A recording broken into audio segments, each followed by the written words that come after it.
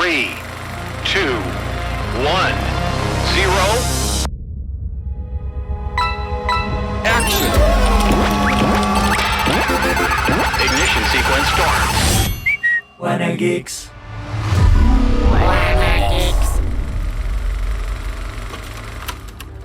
Tus clientes más insatisfechos son tu mayor fuente de aprendizaje. Bill Gates. Bienvenidos a Wanna Geeks. El día de hoy vamos a hablar sobre una noticia impactante, la adquisición de Activision Blizzard por parte de Microsoft.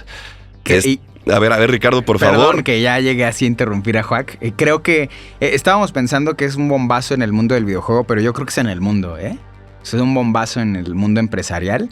Y esa frase, ojalá la hubiese aprendido Activision, ojalá ahora Microsoft logre que sí escuche a sus clientes insatisfechos, porque de verdad la polémica con Activision es de no acabarse. Pero bueno, te interrumpí, Juac. No tienes razón, o sea, todo esto ha sucedido a partir de una polémica muy grande del último año. Yo diría que en realidad se extiende hasta el 2019, una polémica muy grave con Activision y Blizzard, no nada más interna, sino que los clientes están muy insatisfechos. Claro. Entonces, ¿por qué no nos platicas, Ricardo, quiénes son estos señores de Activision Blizzard? A ver, es la tercera empresa de videojuegos más importante del mundo, solo por abajo de Sony y Tencent, que es el que hace LOL y que cada vez se está expandiendo más, ¿no? Ya incluso tiene series y todo esto.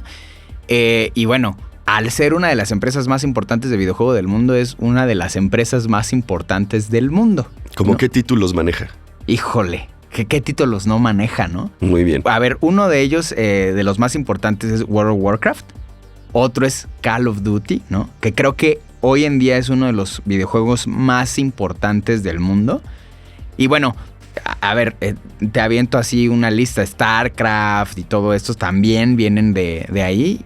Ahora lo compra Microsoft, añadiendo otra empresa al poderío enorme que tiene Microsoft como emblema de videojuego también, ¿no? Pero quisiera que me platicaras un poquito, Juac, de que antes de ahondar en este bombazo que es la compra por nada menos que $70 mil millones más o menos. Ándale. Nada más para que se den una idea, Disney compró a Marvel por $7 mil millones. 7 mil, 5 mil. Y Microsoft está comprando Activision por 70 mil. O sea, 10 veces más. Nada más para que se den una idea, ¿eh? Entonces, pero háblame de las polémicas que hay de Activision Blizzard. Bueno, Blizzard, las dos son empresas que antes estaban separadas, claro. Y tienen una historia, pues, bastante larga. Activision es uno de los hijos desobedientes de Atari.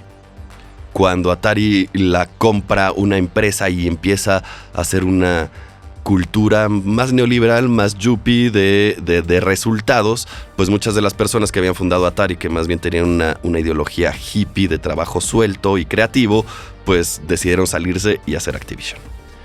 Activision estuvo durante un tiempo más o menos funcionando hasta que empezó a chafear y fue comprada por este señor. Activision tenía marcas como por ejemplo Tomb Raider. Ah, muy bien. O sea, Tomb Raider es una de las grandes emblemas del videojuego, que hoy en día todavía lo es, pero bueno, ya es más bien de Square Enix. Tomb Raider Square Enix compró esa rama de Activision que hacía... Square Enix es japonesa. Ajá, que hace Final Fantasy, ¿no? Y todos estos, o sea... Pero bueno, adelante. Full Metal Alchemist es de Square Enix. Square Enix no nada más hace videojuegos, hace contenido. Claro. Hace juguetes, hace varias cosas. Aplicaciones móviles, o sea, es una cosa... Es una cosa grande. Activision no, Activision solo hacía videojuegos. Claro. Y Blizzard también son, empresas de videojuegos. De Activision tú mencionas muy bien a Lara Croft. ¿Y cuáles otros? Bueno, de Activision también estaba Legacy of Kain, ¿no? Me parece que también estaba Siphon Filter, si no me equivoco. O sea, fueron los grandes iniciadores. Ahora, también Crash Bandicoot, ¿no? Que primero fue de Naughty Dog, luego lo vendieron a Activision. Y ahorita, bueno, es una cosa bien extraña porque Naughty Dog, o sea, Crash Bandicoot, por ejemplo, era la gran mascota de Sony. Y ahora, pues, ya le pertenece a Microsoft, ¿no? Es como por si supuesto. Warner comprara a Mickey. Ajá, exacto. ¿No? Y hay varias de estas cosas que sucedieron con esta fusión, cosas muy interesantes. Uh-huh. Y tú mencionas muy bien que Blizzard tiene StarCraft, Warcraft, el claro. Diablo, ¿no? Que también es que mira, sus IPs fueron los que consolidaron al videojuego con lo que son hoy en día. Es que Blizzard en realidad reinó durante toda la década de los 90. En el año 1994 al 96, el estilo de juego más importante de la década era lo que llaman Real Time Strategy, que es el Command and Conquer, Warcraft y StarCraft. Son ejércitos que juntan recursos, crean sus edificios y edificios producen unidades y se enfrentan. Claro. Ustedes conocen el estilo de juego. Sí. Y de ahí salta World of Warcraft como un spin-off para un single player de un solo jugador y es un mundo abierto. World of Warcraft yo creo que es una de los videojuegos que plantea el mundo del videojuego como es hoy en día. Así es. Este mundo abierto en el que hay una interacción enorme. Yo me acuerdo que de niño todo mundo queríamos formar parte de World of Warcraft, ¿no? O sea, hacías tu guerrero. Y no, espérate, o sea, todavía hoy en día, andan vendiendo armaduras por camionetas en la vida real. Ajá, exactamente. Hay una economía que salta de la economía del videojuego a la economía real. Y World of Warcraft toma el mundo por asalto en 2004 y se convierte efectivamente en el estándar de oro de las nuevas generaciones de videojuegos. Es, diría yo, que una versión muy primitiva de un meta. De hecho, a ver, déjame hacer un paréntesis, que esto es súper interesante y deberíamos hablarlo en otro capítulo. Más o menos por el 2009 empieza a suscitarse un virus bien extraño en World of Warcraft. Está muy raro. Empieza a expandir por el mundo. Y los analistas e ingenieros empiezan a darse cuenta de que es un poco una emulación y una predicción de un estudio de un virus que se puede expandir en la vida real. Y a partir de ese suceso en World of Warcraft se han estudiado las pandemias en la vida real. Y la forma, ¿no?, de contención. Ajá. Está muy interesante porque son arenas en las que puedes experimentar, pues son pequeños mundos. Claro. Y no nació esto con el virus, pero sí es uno de los ejemplos más interesantes. Nace con la economía, precisamente. Pues metes una moneda, unos bienes y empiezan a intercambiarlos entre ellos. Claro. Y pues se crea una economía. Claro, es algo brutal. Y de esta, o sea, Diablo, bueno, sobra hablar, ¿no? Creó un mundillo en el que nos fascinamos todos, ¿no? Call of Duty hoy en día es el papá. O sea, me pueden decir mil peros, pero es el papá de lo que ahorita está resultando en Fortnite. Y es el papá, o sea, creó esta masividad del videojuego, esta locura en sí misma de los shooters, ¿no? También ahí hay un tema con la armamentística, ¿no? Porque todas las armas que salen en Call of Duty son las que más se venden en Estados Unidos cuando sale el videojuego. Entonces ahí hay una relación. No, si los temas podríamos aquí hablar de lo que quieras. Entonces Activision Blizzard es esto. O sea, tiene una influencia en el mundo inimaginable, pues, ¿no?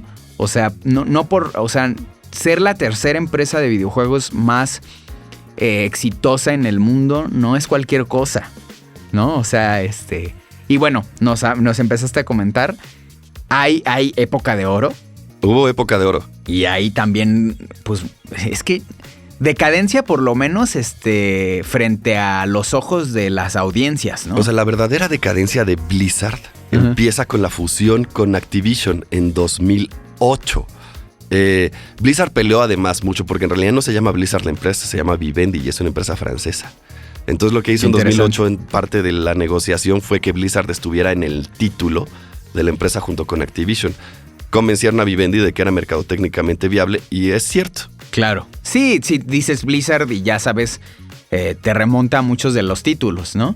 Que si de repente dices Vivendi, pues ¿qué ha hecho Vivendi en el mundo del videojuego, no? O sea, para ti como consumidor, pues. De acuerdo, sí, no es un nombre que suene. Claro. Ahora, claro, llega Activision con una cartera grande. Llega, como bien lo mencionas, con Call of Duty, Tony Hawk, Guitar Hero. Uy, bueno. Ajá, con unos títulos AAA bastante fuertes. Pero ¿qué es lo que pasa? La visión de Activision y la de Blizzard no podrían ser más diferentes. Blizzard tiene desde 1994 un problema que ustedes, si son jugadores de Blizzard, lo reconocerán muy bien. Se ha destacado por retrasos. Diablo se anunció en el 97, salió para finales del 98. Y lo mismo ha pasado, por ejemplo, con Diablo 3. Los que están jugando Overwatch y están esperando Overwatch 2, esperen sentados. Es verdad, y esto es común con esta empresa. Si tú eres consumidor, ya te habrás acostumbrado. Salen los juegos después. A veces se anuncian los juegos, sacan videos, imágenes, hacen una gran promoción y 3 meses antes de salir los cancelan. Y es que esta decadencia brutal empieza como por 2018, ¿no? De que empiezan a anunciar un montón de cosas y no se hacen y da igual y, o sea... Es que para Blizzard eso es una dinámica normal, pero para Activision no. Claro. Y Activision lo que les importa en realidad es el cash grab. O sea, se han dedicado a comprar un montón de títulos que hacen que en realidad están llenas de microtransacciones. Por ejemplo, Candy Crush. Claro. Lo que les interesa a ellos, y ustedes ven Call of Duty, lo ven en todas partes, las microtransacciones. Claro. En realidad eso es de lo que están ganando. La gran ventaja de Blizzard es que con el World of Warcraft implementan esta cosa que es la cuota mensual. Cada que juegues World of Warcraft tú tienes que pagar $5 al mes para jugar ahí. Fueron los primeros en hacerlo. Y han de saber que de esa suscripción Blizzard se está metiendo $1 billón al año. Escucha. Y aparte, ellos saben muy bien que cuando tú como consumidor inviertes cierta cantidad de tiempo, ya sientes un desperdicio irte de ahí. Ok. Entonces, por eso el free to play es así de juégalo un rato y de repente, avasalladoramente, tu progreso se frena y ya te cobran porque saben que los usuarios van a preferir pagar a irse. Se sienten atados. Y World of Warcraft es la epítome de eso, güey. Tienes 7 años ahí, cabrón. Claro. No vas a tirar 7 años, güey. Es más, prefieres vender tu personaje, pero no lo vas a... Creo que es ilegal. Ajá, no, que a ver, las prácticas. Es como Animal Crossing. Ajá. Güey, venden por afuera. Eso no es legal, cabrón. No, creo que no. Es un desastre eso. Entonces... World of Warcraft es la epítome. Es más, hasta yo por eso no le he entrado, porque digo, oye, si juego un mes, ya me quedé ahí 10 años. No. Sí, es verdad. O sea, es una cantidad de tiempo invertida que se tiene que traducir en dinero. Ese es el problema de Activision en primer lugar. La microtransacción, el cómo le sacamos más y más dinero. Y si ustedes han jugado un Guitar Hero, pues podrán ver que cada lista de canciones viene como un precio de AAA, como un juego AAA. Y ese es pues el estilo de negocios de Activision. Y finalmente Blizzard termina de tener fuerza dentro de las decisiones de la empresa en 2013 cuando Vivendi le vende todas sus acciones a Activision. Claro. Y entonces, de verdad, ahí es donde empieza el problema grave. Claro. Vamos a ver, por ejemplo, si ustedes son jugadores de Hearthstone, de cosas así, que en realidad el contenido cada vez es peorcito y que ha estado chafeando la empresa.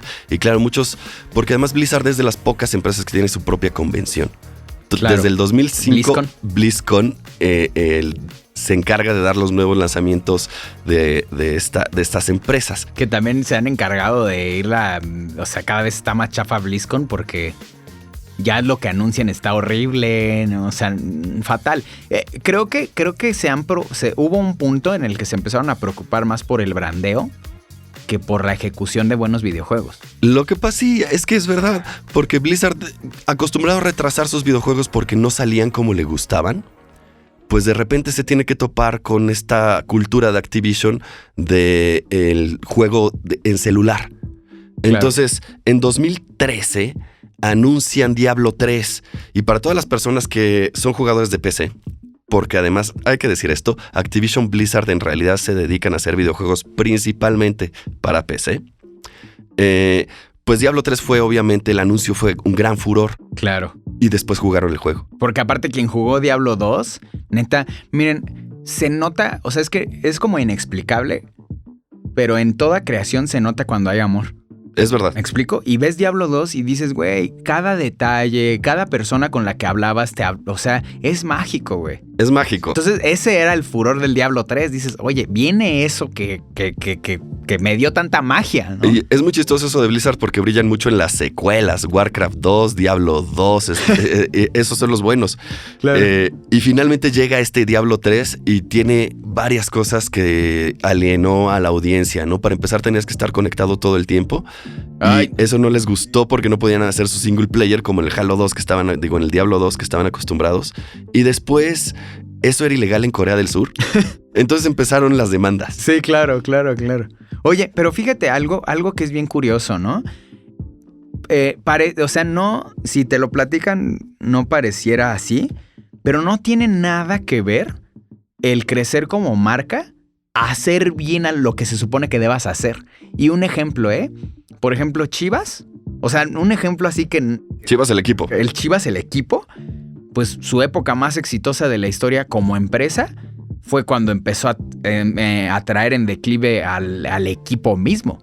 Muy interesante. No tenía nada que ver el gran negocio de la marca con la ejecución adecuada de lo que se supone que deba hacer, como pasa con Activision y Blizzard, ¿no? Tienes toda la razón. Es así, no tiene nada que ver el crecimiento de la marca en sí misma con la ejecución del videojuego y hacer buenos juegos. Y eso es no nada más grave, sino hasta peligroso. Sí, tienes toda la razón, porque cuando sucede esto, Blizzard, Activision están en la cúspide de sus ventas. Claro. Sin embargo, ya los jugadores ya no. En 2012 también empieza la decadencia de WoW, de World of Warcraft. Empiezan a tener cada vez menos suscriptores. Tú puedes checar en internet, la gráfica es terrorífica. Oye, ¿y qué nos dice esto como consumidores, como usuarios, güey? Esto es muy interesante. Sí, claro. Eso es muy interesante. Para empezar, que el PR, la representación pública de la empresa, es cada vez menos importante. Porque, claro. Y es como tú dices, si puedes ganar perdiendo, pues ¿para qué ganar? Sí, exacto. Oye, me dice, es como el tema de Cyberpunk, ¿no? De CD Projekt Red. Su juego fue un bodrio. Y fue de los juegos más vendidos así pues en el año. Entonces, ok, a lo mejor CD Projekt Red no se la perdonan porque no ha fabricado una imagen como Activision y Blizzard. Pero Blizzard ya está por encima de eso, de sus fracasos como videojuego. Gana perdiendo. Pero no se la perdonan. En 2018, en BlizzCon hubo el fail más grande que he visto en una convención. Jamás. Están presentando, después del fiasco de Diablo 3, llega una pantalla y se llena con el títulos de Diablo. Y el público empieza a explotar porque cree que viene Diablo 4. Eso es lo que están esperando, Diablo 4. Y se suben los ejecutivos de Activision y dicen, ¿quieren Diablo? ¡Sí! Pues tenemos una versión móvil. Sí, y me acuerdo que hasta hasta tiene un nombre como Red Guy, algo así, de un tipo que se levantó. Red Shirt Guy. Sí. A mentarles la madre hacia los directores. Después de una serie de preguntas y respuestas bastante cómicas, esto termina cuando Red Shirt Guy, que era corresponsal de ¿cuál hora? De Fortune, la revista, pregunta. Además es la pregunta de los editores, ni siquiera es la suya. Se levanta y pregunta, disculpen, ¿es esta una broma del Día de los Inocentes? ¿Fuera de temporada?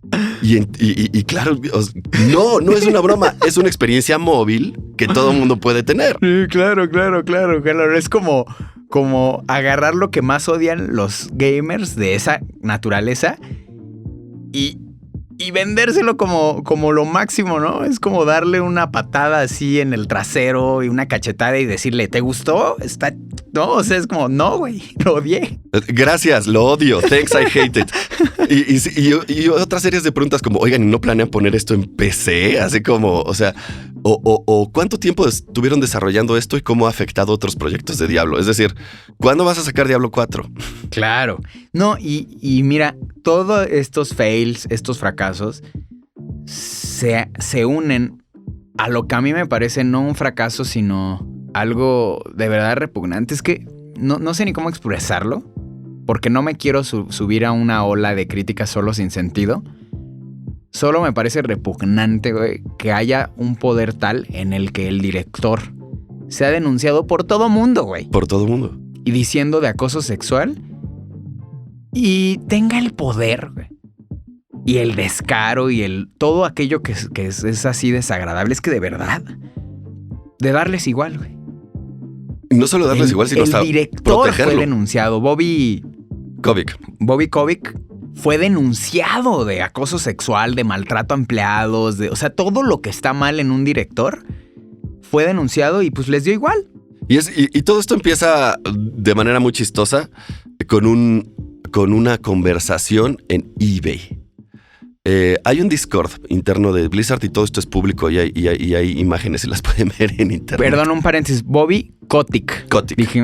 Muchas gracias por la aclaración. Sí, es muy claro. importante.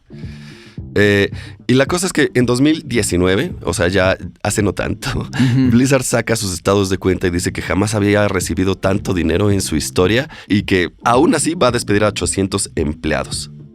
A pesar de que las ventas online han sido más grandes que nunca. Y es con este descaro, es como prácticas súper horribles, ¿no? Los trabajadores trabajaban en condiciones exigentes, muy exigentes, y el CEO, la persona que ya mencionamos, se paga un sueldo 1,500 veces más grande que el de ellos.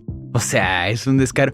Y surgen estas acusaciones de acoso y de todos estos temas de ex empleadas. Wall Street Journal es quien en realidad publica una nota sobre esto que dices. Claro. Una empleada de recursos humanos que dice cosas espantosas. Claro. Unas cosas que preferiría no repetir en WannaGeeks porque no es nuestro... Ni siquiera es el caso. ¿no? Ajá, no es el caso, pero sí está muy grave. Y sale, por ejemplo, Phil Spencer, que es el director de Xbox, a decir, vamos a replantear nuestra relación con Activision Blizzard. Por ahí, ayer leía, nunca nos imaginamos que ese replanteamiento era la compra, ¿no? Ahora, es ambigua la situación, porque en algunos lugares yo leí que definitivamente se quedaba. Ah, claro. Pero en otros hemos leído, o sea, a ver, que se tiene que ir, ¿no? O sea... Lo que pasa es que el daño ya está hecho. Ese es el problema.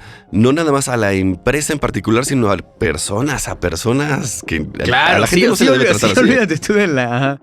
Entonces, en medio de estos escándalos, los 3 directores de lo que se llamaba Condor, que era la antigua pequeña desarrolladora que había creado Halo y que se había vendido a Blizzard, son 3 grandes cabezas y veteranos del videojuego. Presentaron una carta quejándose de todo esto de los trabajadores, diciendo que todas estas políticas afectan a los trabajadores y al producto. Y que si no los atendían, presentaban sus renuncias. Y lo que hizo Activision fue aceptarles la renuncia. Entonces, Diablo perdió a sus 3 más grandes creadores. Claro. Un golpe del que ya no se recuperó. Claro. Nunca. No, y justo, volvemos al punto, ¿no? Vas perdiendo todo aquello que creativamente y artísticamente te hizo lo que eres y ya no importa. Eso es lo que me desconcierta, ¿no? O sea, esos creadores, esos directores que hicieron grande a la compañía por sus obras, empiezan a ser desechados y la empresa sigue creciendo, ¿sabes? Sigue creciendo, eso es algo que me desconcierta y bueno... Y es que saben con quién quedar bien y hay víctimas que no son, digamos, escuchables, ¿no? Pero, por ejemplo, en la liga Overwatch, porque han de saber que Blizzard tenía su propia liga Overwatch. Claro, que fue también un bombazo. Que Overwatch ya no existe. Ajá, fue un bombazo también. Lo echaron a perder, lo deshicieron. O sea, deshicieron literalmente el videojuego ese que fue tan grande en su... años en que salió. Ahí sigue, yo todavía lo juego. Si quieren, jueguen conmigo en línea. El caso es que el más grande campeón de la liga de Overwatch salió y hizo alguna protesta en favor de las protestas de Hong Kong. Y para no quedar mal con China, pues lo corrieron. Le quitaron todos sus contratos, desaparecieron su nombre de la liga y eso también fue un escándalo. La sucesión de escándalos fue tan grande que en ese BlizzCon de 2019 salieron a hacer una disculpa pública. No, bueno. Entonces, estos últimos 3 años han sido terribles para la empresa, pero son los 3 años de pandemia en donde Call of Duty ha reportado mayor cantidad de ventas en la historia. Claro. Y Call of Duty se ha hecho uno de los videojuegos más importantes del mundo, ¿no? Y que incluso sacan a personalidades súper importantes en los videojuegos mismos que salen anualmente, que también ya se unieron a este modelo de Fortnite, de free to play, ¿no? O sea, Call of Duty ya es inmenso en sí mismo, que forma parte de todo lo que significa Activision y Blizzard y todo esto. ¿no? O sea, creo que es la historia de cómo un estudio que nos trajo tantas cosas hermosas se transforma por completo, ¿no? Ajá. O sea, y en este contexto, pues Microsoft lo adquiere. Y bueno, creo que tiene que, o sea, entiendo, ¿no? Que eso da pie a otra conversación respecto a las intenciones de Microsoft y lo que gana, ¿no? A ver, estamos hablando de que Xbox ahora tiene en sus manos una de las empresas más importantes de la historia del videojuego. Lo que hace a Microsoft la tercera empresa más grande de videojuegos. Claro. La ha convertido en la tercera empresa más grande de videojuegos. Porque compró a la tercera más grande más lo que pues ya traía. Más lo que ya trae. La marca en sí misma es muy exitosa. Bethesda, que tiene... Bethesda, qué bueno que lo mencionas, porque no lo hemos dicho. Microsoft, antes de la compra de Activision Blizzard, compró Bethesda. Entonces... Claro, que ya tiene IPs súper emblemáticas en la historia del videojuego, como Doom, ¿no? O sea, que marcan cimientos de lo que significa hoy. Entonces, ya tiene un montón de cosas. Yo pienso que el paso lógico sería depurar a Activision y Blizzard de todo aquello que lo hace... pues repugnante. Se están llenando de todas las fichas del tablero, ¿no crees? Claro. Están haciendo una movida monopólica tipo Disney de comprar todas las IPs que puedan. Claro, claro. Y sumarlas a un servicio inmenso en sí mismo, ¿no? Porque ya el servicio que ofrece de la nube Microsoft es enorme. Y ahora se une el videojuego, ¿no? Que es tan importante a nivel mundial, incluso en el entendimiento de la vida de las personas. O sea, es una cosa brutal, ¿eh? ¿Te acuerdas que decíamos que la consola tiende a morir? Estamos hablando de la guerra de las consolas de pasadita y decíamos que la consola tiende a morir, pero fíjate, ahorita voy a matizar ese comentario.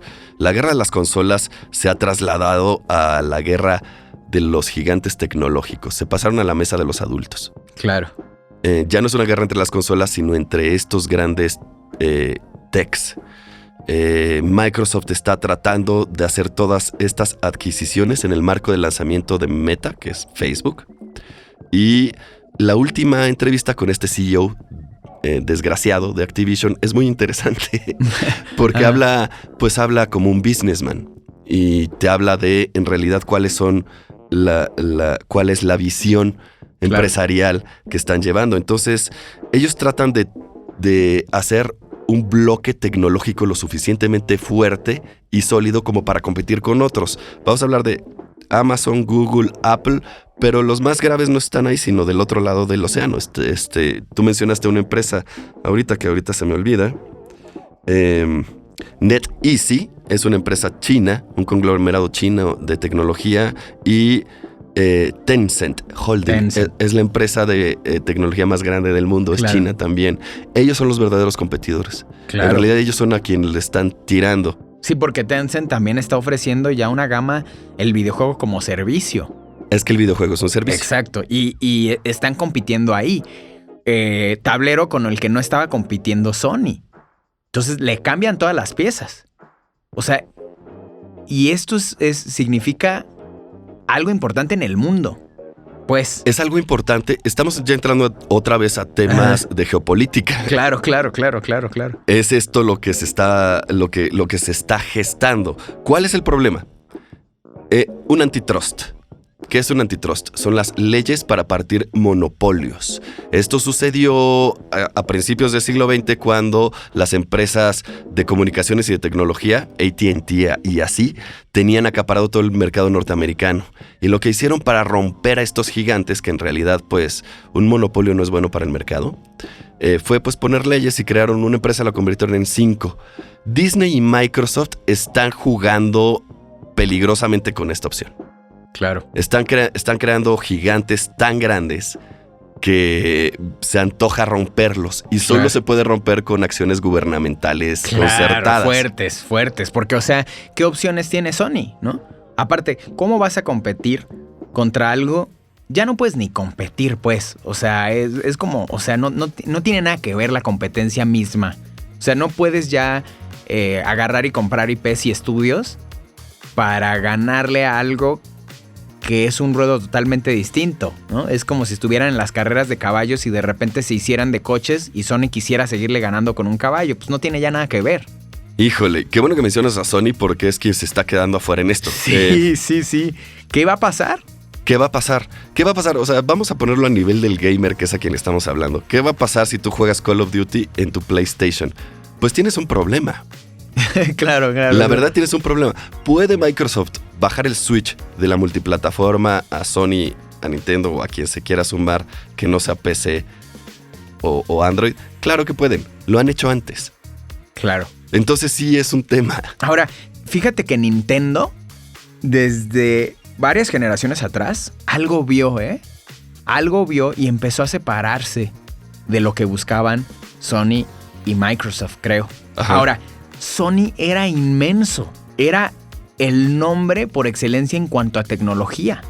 Y mientras al pasar de los años Sony ha venido a menos, Microsoft sigue expandiéndose. Entonces yo creo que hay un momento en el que es ahora mismo, en el que Sony se encuentra a sí mismo y vio que peleó una batalla en la que la venía perdiendo desde hace años, no nada más frente a Microsoft, sino frente al mundo tecnológico. Yo creo que ese es el gran problema de Sony en sí mismo, porque PlayStation ya era de las cosas que más le daba dinero, pero Sony era todo: cine, televisiones, computadoras, música, o sea, videojuegos, o sea, era todo, era lo mejor en todo. La diferencia principal entre Sony y Microsoft es que Sony es una empresa de entretenimiento. Claro. Y Microsoft es una empresa de tecnología. Claro. Sí, el enfoque tecnológico de Sony era para el entretenimiento. Es para mismo. Sí, y además, ya lo he mencionado antes, Sony es una empresa fragmentada. Es decir, es una empresa japonesa, de capital japonés, pero que en realidad, por ejemplo, Sony América no le responde a Sony Japón. Sony Japón no decidió si salía Spider-Man de Andrew Garfield. No lo decidió. Claro. Son cosas diferentes. Entonces, esta falta como de coordinación, esta falta de monopolio, pues sí los deja en desventaja. Grave. Claro. Vamos a ver si Sony va a tratar de unirse con una empresa tecnológica para seguir viviendo como ha estado viviendo. También hay otra cosa. Xbox tiene la consola más barata del mercado y le pierde a cada pieza que vende. Le pierde. Claro. Pero ha decidido que gana más en microtransacciones que en la venta de la consola. Ha sido inteligente en eso. Claro. Sí, exacto. Y bueno, disculpa que entre así tan de repente, Juan. Tuvimos la oportunidad de platicar con Rollman por videollamada para que nos dé las perspectivas que él tiene respecto a esta compra ya más enfocada al futuro de la industria, al presente, igual también al pasado, de la compra de Microsoft a Activision Blizzard. Entonces, Rollman les platico un poquito más quién es este personaje, esta personalidad de la industria del videojuego en México. Entonces, vamos con la entrevista, por favor. Bueno, primero muchas gracias por estar aquí en Wanna Geeks. Es un honor tener a una figura como tú. La verdad es que, digamos, tú tienes una carrera bien larga en el mundo del videojuego, no solo en el periodismo, sino incluso trabajando directamente en la industria. Y pues gracias, ¿no, Rol? Ahora sí que una presentación corta, no necesitas tampoco tanta presentación. Y bueno, quisiera que nos... Muchas gracias por la invitación. No, a ti. Quisiera que nos comentaras un poquito cuál es tu perspectiva o qué crees que implica la compra de Activision digamos, en la industria del videojuego y más concretamente como en la guerra de consolas, ¿no? La marca Xbox tiene un valor muy importante en esta parte, en el hecho de hacer que Microsoft esté en la mente del consumidor, de un consumidor final, ¿no? en el hogar, digamos, ¿no? Eso es importante para Microsoft y ese ha sido el motor por el que han estado en la industria por estos 20 años. Ahora, como dije en un principio, eso no significa que haya sido un buen negocio, siempre estuvo subsidiado. Y eso pues lo vamos a platicar un poquito más a fondo ahorita. Pero este movimiento que están haciendo y los movimientos que han hecho no es el único, también ya compraron a Bethesda hace relativamente poco tiempo y a otros estudios. y a otras empresas, por ejemplo, una empresa de monetización de anuncios en videojuegos, ¿no? También ya habían comprado algo así, no recuerdo el nombre exacto de la empresa, tal, si quieres lo buscamos. Pero el punto es que han estado buscando la parte de realmente monetizar a Xbox, ¿no? Y hoy día lo pueden hacer, hoy día es una estrategia real y creo que es un cambio importante para bien, desde el punto de vista de negocio para Microsoft, porque finalmente están consolidando una estrategia que tenían 20 años tratando de construir. Y esto es que ahora ya se van a volver o ya se volvieron, más bien, un proveedor de servicios, ¿no? Un proveedor de servicios en la industria. Y esto no es solamente hablando de Game Pass, por ejemplo, que sí es una parte muy importante de la estrategia, sino también de todos los servicios que tienen que ver con el cloud. Microsoft, recordemos, hoy día ya no es Windows, hoy día ya no es Office. Hoy día la mayor cantidad de ingreso que tiene Microsoft como empresa viene del cloud, viene de la nube. Y en esa nube está todo lo que tiene que ver con los servicios, no solamente para Xbox, sino para otros proveedores también que están en la misma liga. Entonces se han vuelto un proveedor agnóstico en ese sentido. Y hoy día, bueno, pues Game Pass consolida también el hecho de poder tener un servicio que efectivamente ahora sí puede tener el potencial de ser un negocio muy sustantivo. Es que son un montón de cosas, ¿no? A ver, ¿en qué momento se transforman las cartas? Pues porque digamos que un poco la generación anterior del PlayStation 4 y el Xbox One, creo que si bien con el 360, no sé, Microsoft tuvo como un crecimiento, por lo menos en la sensación, un crecimiento exponencial de jugadores, creo que en el Xbox One se quedan muy abajo, ¿no? O sea, se quedan como muy a medio camino. Sí. Creo que PlayStation de nuevo vuelve a superarlos, el Switch pues también, ¿no? Hubo ahí un trastabilleo de Nintendo, pero el Switch regresa con todo. Creo que desde el Xbox One empieza esta dinámica de servicio, ¿no? O sea, empieza esta dinámica de, ya tienes todo ahí, y me parece que de muchas maneras es un fracaso.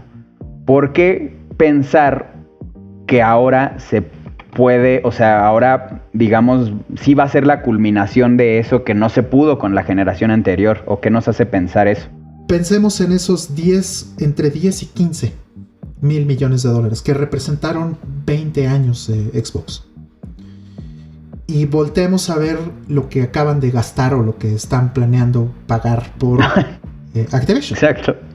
No es ni la quinta, sexta parte, ¿no? Dependiendo cómo lo midas. Entre la quinta y la sexta parte. ¿Por qué una empresa que durante 20 años tuvo un negocio así de chiquito en términos relativos con respecto al tamaño del monstruo que es Microsoft, por qué va a gastarse 5 o 6 veces más en pagar una empresa, ¿no? Como Activision? Claro. Claramente el negocio ya está completamente en otro lado. Si hacemos la división de estos 1,000 millones de dólares a lo largo de 20 años y hacemos todos estos cálculos de servilleta que estoy haciendo ahorita, tenemos que realmente lo único que necesita Microsoft para superar el éxito más grande que han tenido, que es el de Xbox 360, lo único que necesitan es ganar entre 500 a 700 millones de dólares por año. Eso es lo único que necesitan para superarlo. Porque el Xbox 360 es más o menos lo que estuvo ganando. Igual un poco más. Pero con ganar eso en un servicio donde los juegos más rentables ya son first party, ya son de Microsoft y no le tienen que dar regalías a nadie, eso en automático cambia el nivel del negocio. Eso en automático dice, yo con tener 10 millones de usuarios al año pagando una suscripción, por ejemplo, 10, 15 millones de usuarios, que ya que no es ningún problema para una empresa como Microsoft. Con eso tendría un nivel de negocio que automáticamente es más grande que lo mejor que pudimos hacer en 20 años con Xbox. Y entonces a partir de ese momento ya pueden ir a presumirlo a todos lados, ya pueden hacer pre-releases, ya pueden ir a hacer felices a sus inversionistas y todos los ejecutivos pueden ir a darse un bono de productividad. ¿Correcto? Entonces, sí, eso claro. es lo que está sucediendo exactamente ahora. Eso es realmente lo que está pasando. Claro, o sea, al final estos 20 años los aprovecharon para crearse como una imagen que estaba dentro del gaming para luego simplemente crear una adquisición para la nube, ¿no? Que pienso un poco que es la plataforma en la que ya al final van a querer que le entre Sony, que le entre Nintendo, ¿no? O sea, por decir así. Uh-huh. Sí, o sea... no sé si sea eso posible, ¿no? O sea... yo considero que sí sería un error mayúsculo que Sony y Nintendo no pudieran tener acceso a las franquicias de Activision. Yo creo que sí será un error grande y creo que no va a ser el caso porque ve, por ejemplo, antes de Activision, ¿cuál es el juego más exitoso que tiene Microsoft en el mundo? El juego más importante que tienen es Minecraft. Ah, ok, claro, Y que Minecraft también está pues en todos lo lados. adquirieron, ¿no? Exactamente. Mojang es uno de los developers que adquirieron y no por eso dijeron Minecraft ahora a partir de este momento va a ser exclusivo de Xbox, ¿no? Eso no pasó. Claro, Uh-huh. claro. Y pues al final del día de lo que se trata es de hacer dinero, ¿no? Y una empresa del tamaño de Microsoft que solamente hizo 10, 15 mil millones de dólares en 20 años, hoy día ya estamos hablando de que debería estar haciendo por lo menos el tamaño de Activision de negocio. Claro. Porque eso fue lo que pagaron por Activision, 70 mil millones de dólares, ¿no? Ese es el tamaño O sea, de es una negocio que cosa necesita estar haciendo Microsoft para justificar esa compra. Claro, claro. Esto, a ver, ¿en qué posición crees que deja? Pues principalmente a Sony, porque creo que Nintendo algo vio yo creo que desde el GameCube, ¿no? Algo vio que dijo, híjole, creo que por aquí no es. Y de alguna manera se ha despegado de los mismos modelos, ¿no? Que han venido haciendo Microsoft y Sony, o las intenciones para con el público. Pero ¿tú cómo crees que deja parados a Sony y a Nintendo esta circunstancia frente a Microsoft? Porque creo que ya ni siquiera estamos hablando... O sea, ahorita te pregunté de la guerra de consolas, pero, o sea, pues no, ya ni estamos hablando de eso, ¿no? Yo creo que la competencia ya es más bien de...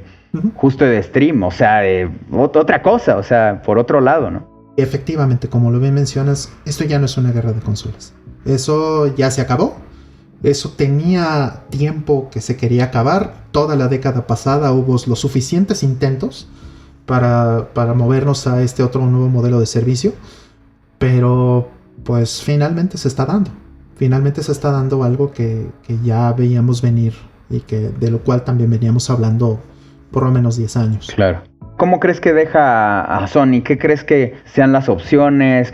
Y a Nintendo también, o sea, ¿crees que deberían atender sus asuntos por donde iban? ¿Crees que deben cambiar la jugada? ¿Crees que...? Pues mira, el peor riesgo que tiene Sony, el peor riesgo que tiene Nintendo, en este sentido, es que sus consolas se vuelvan irrelevantes. Y al decir irrelevantes me refiero a la parte del hardware. Porque, pues digo, Sony ya está también sacando lo que antes eran exclusivas de Sony, las está también empezando a sacar en la PC. Y claro, ahí tienes el ejemplo de God of War, ¿no? Y lo mismo para otras cosas que se presumen exclusivas de PlayStation, como por ejemplo también Final Fantasy VII Remake o incluso Street Fighter V, ¿no? Hay múltiples cosas que son exclusivas de PlayStation, pero sí salen en la PC, ¿no? ¿Por qué? Porque al final el negocio exclusivas, pero no. Ya se está moviendo. Exacto, es exclusiva solamente en el área de consolas, pero si las consolas se empiezan a volver irrelevantes, ¿no? Que ese realmente es el peligro para los otros dos fabricantes aquí. Entonces las consolas dejan de ser la parte importante del negocio. Y bueno, no es como que Nintendo vaya a morir por esto o como que Sony vaya a morir por esto, pero el peor escenario que me imagino podría suceder es que pues terminen dejando de fabricar hardware y se dediquen específicamente a desarrollar juegos para lo que sea que haya allá afuera, ¿no? La consola de quien sea, claro, sea de Sony, sea de Nintendo, sea de Microsoft, sea de quien sea, el celular, el Stadia, el Luna, como se llamen, todos esos servicios que hay afuera, y simplemente sea el hecho de hacer llegar el juego a tu tele, Claro. como sea que se pueda hacer eso, ¿no? Al usuario, ¿cuáles son las consecuencias que tú crees, o sea, tú ves que le puedan llegar a los usuarios? A lo mejor hay cosas buenas, ¿eh? O sea, pero ¿qué crees que se viene para el usuario? En la superficie hay cosas muy buenas en Game Pass. Es algo que he visto mucho en el último año y algo, que desde que salió Xbox Series X. Y es que, bueno, ya se veía desde antes, porque Game Pass ya tiene un tiempo en el mercado. Pero la estrategia pues se ha ido consolidando ya en esta generación.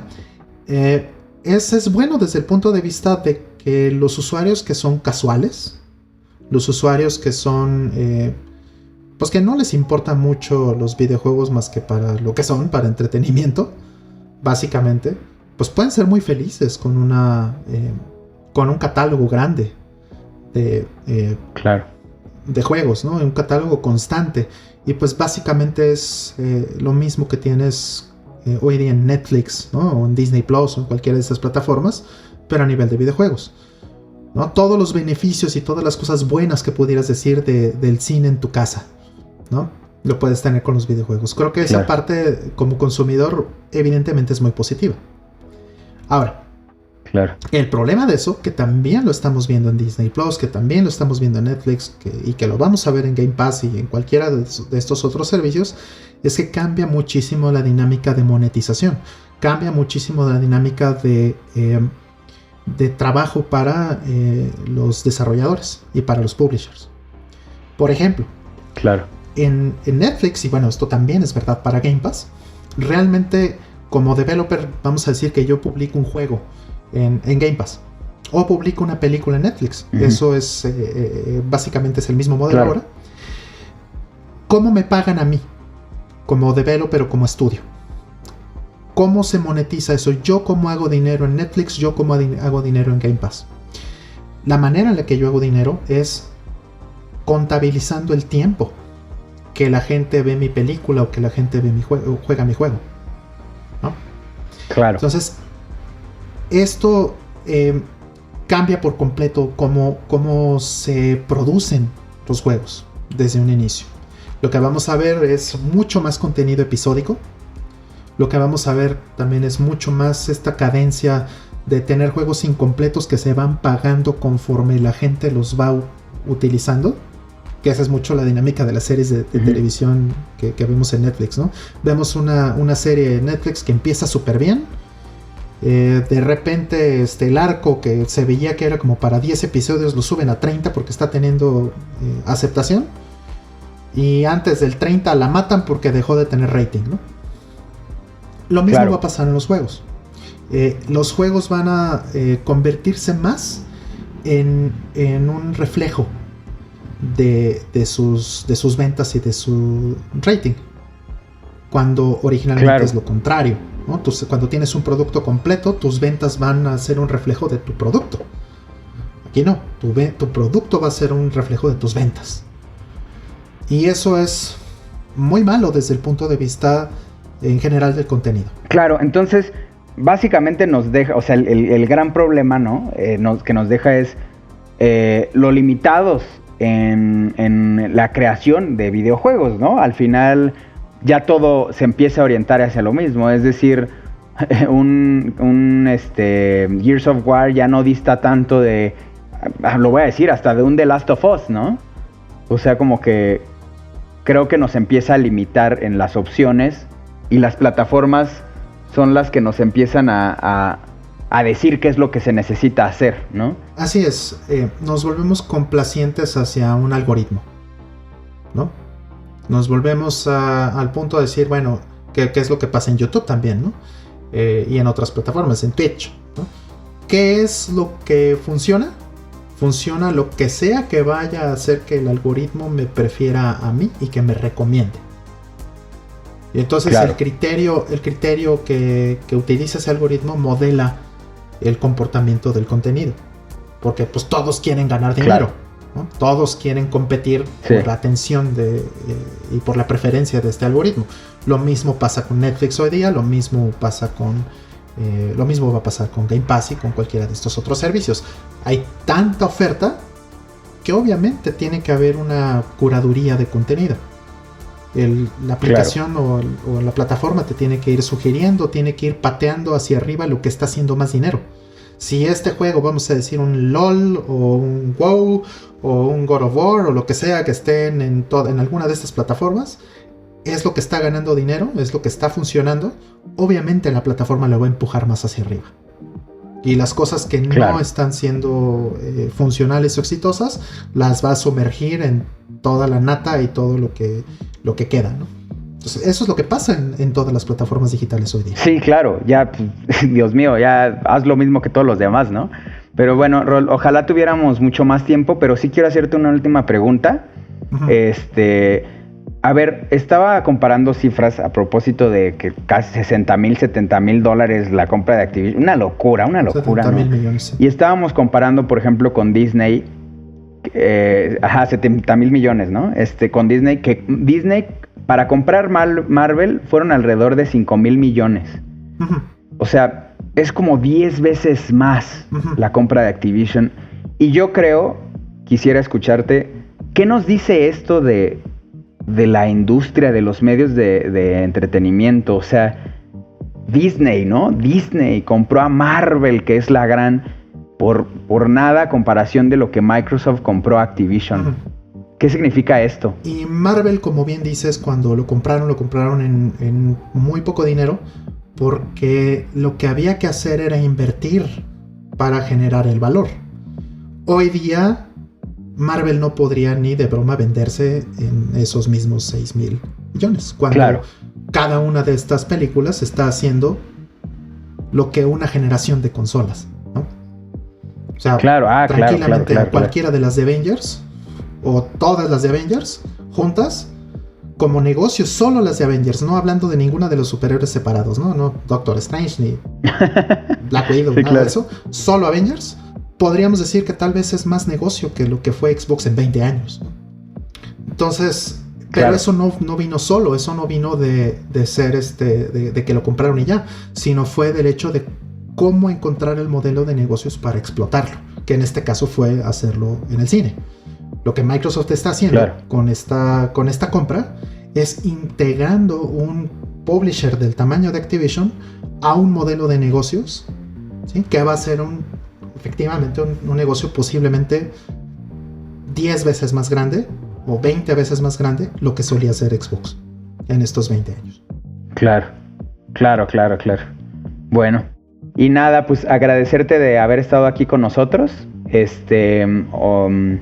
Te digo, ojalá podamos platicar de más temas. Siempre será un honor poder entablar una charla, una entrevista, unas preguntas. Y bueno, también métanse ahí al Twitter de Rollman. Creo que tiene muchísimas cosas muy interesantes que compartirnos, que nos hacen por lo menos reflexionar de lo que estamos haciendo y hacia dónde vamos a incluso comprar un juego. Y pues de nuevo, muchas gracias, Rol, y estaremos platicando de nuevo. Muchísimas gracias por la invitación. Un saludo a todos. WannaGeeks. Me encanta todo este concepto de que cambian las piezas del tablero, porque efectivamente Microsoft cambió las piezas del tablero en su momento y lo está volviendo a hacer. Claro. La industria del videojuego y en general del mercado en general está cambiando. Claro. Se está mudando hacia la virtualidad. Estuve platicando con un montón de criptobros todo el fin de semana y me he enterado de cosas, ¿no?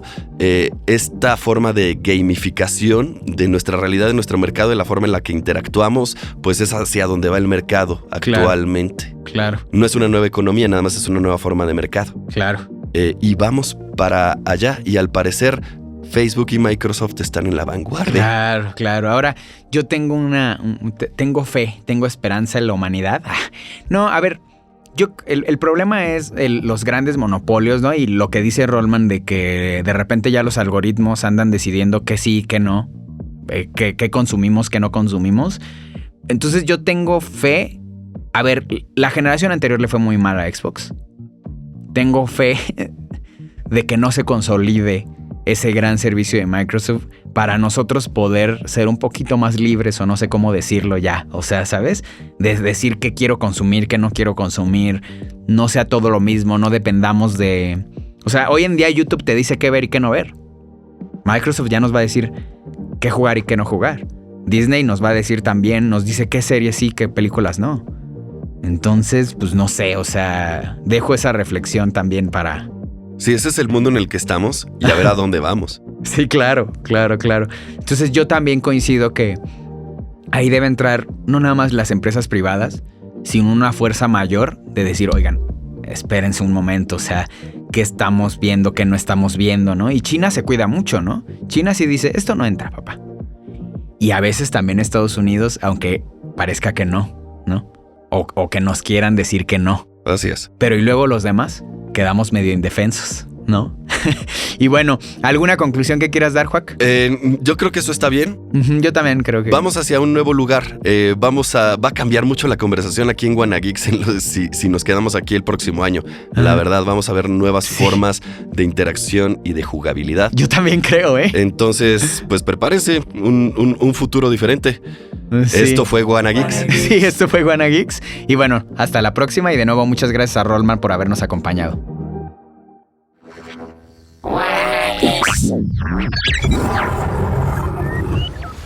Suscríbete a WannaGeeks, una producción original de Audiocentro, con la participación de Ricardo Yaguaca y Joaquín Ortega. Edición Héctor Mondragón. Producción Javier Martret. Dirección general Luisa Cantú. Audiocentro.